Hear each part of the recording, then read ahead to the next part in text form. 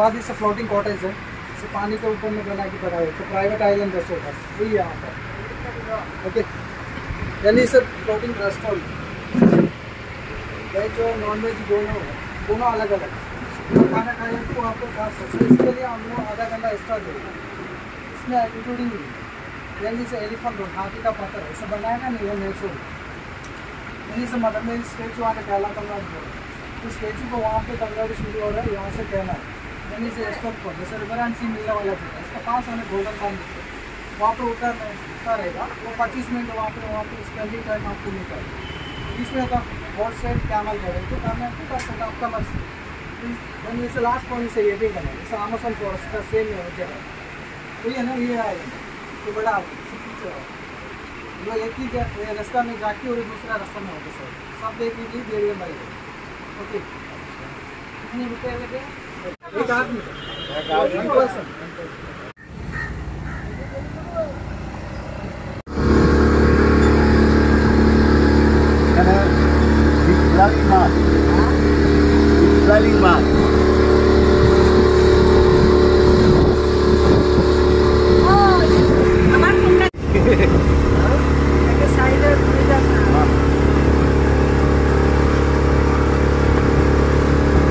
এখানে ম্যানগ্রোভ অরণ্য আছে সুন্দরবনের মতন। হ্যাঁ হ্যাঁ, আমাদের মতো অনেকেই ঘুরছে ওভার ব্যাকওয়াটার আইল্যান্ড দেখতে। আর চারিদিকে আছে নারকেল গাছ এবং ম্যানগ্রোভ অরণ্য।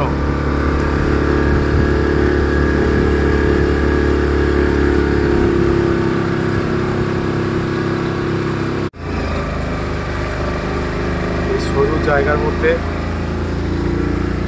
ঢুকে যাচ্ছে। হ্যাঁ, ঠিক আছে, ও দেখো আগেরটা।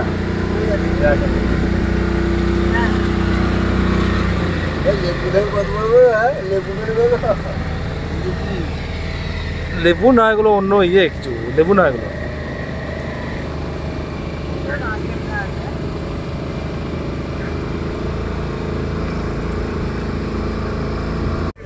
ম্যানগ্রোভ অরণ্য।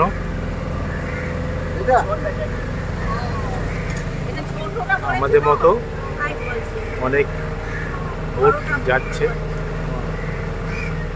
কেরালা রাজ্যের তিরুবনন্তপুরম শহর থেকে কিছুটা দূরে গিয়েই কিন্তু এই ওভার ব্যাকওয়াটার আইল্যান্ড আছে,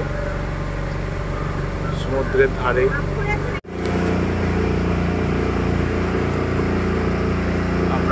আমরা 12টা স্পট ঘুরবো এখানে, 12টা আইল্যান্ড।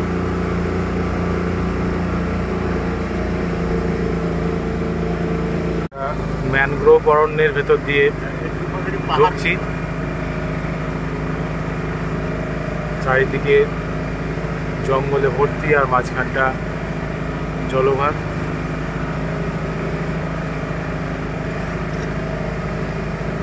সংকীর্ণ জায়গা,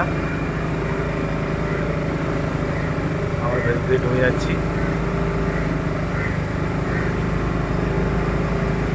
কেরালার সুন্দরবন,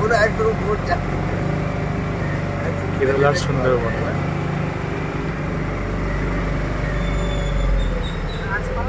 আমরা সমুদ্রের ঠিক কাছাকাছি চলে এসেছি।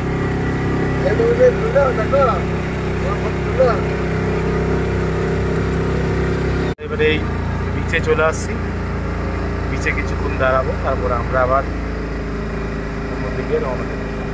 আমরা এবারে আরব সাগরের ঠিক কাছে চলে এসেছি বিচে। আমরা দেখবো আরব সাগর আর বিভিন্ন জায়গায় কিন্তু ডাব বিক্রি করছে। আমরা বোটিং করে চলে এলাম ঠিক আরব সাগরের বিচে। খুব সুন্দর একটা আবহাওয়া, প্রাকৃতিক পরিবেশ খুব সুন্দর। অনেক দূর পর্যন্ত চলে এসছে, অনেক দূর পর্যন্ত চলে এসছে। ব্যাগ কার নিয়ে গেল।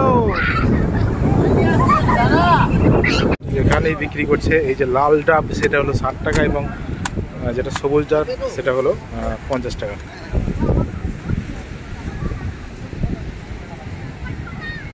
আমরা বোটে যেরকম করবো, এই যে রেডি আছে, আবার আমরা এগুলো সব হাউস বোট। এখানে রেস্টুরেন্ট আছে, খাওয়া দাওয়া হয়। এদিকে আছে এলিফ্যান্ট রক। এই উপহারদের যে হাউস বোট, এগুলো বোট, কিন্তু এখানে মানুষ যারা টুরিস্ট আসেন তারা কিন্তু এখানে ভাড়া দিয়ে থাকেন, এবং অ্যাডভেঞ্চারও প্রচুর পরিমাণে আছে।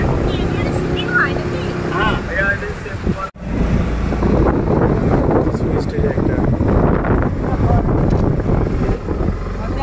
হ্যাঁ হ্যাঁ ছোটবেলায় দারুণ লাগছে এটা। ওইদিকে একটা যিশু খ্রিস্টের একটা আছে, খ্রিস্টের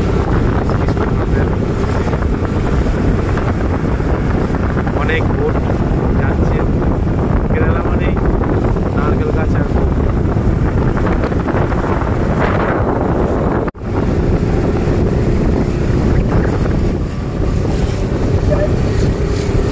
কেরালার ওভার ব্যাকওয়াটার দেখা শেষ হলো, বোটিং করা শেষ হলো। প্রায় 1.5 ঘন্টা ধরে আমরা দেখলাম, এবং 1.5 ঘন্টা ফটোগ্রাফ করে এবার আমরা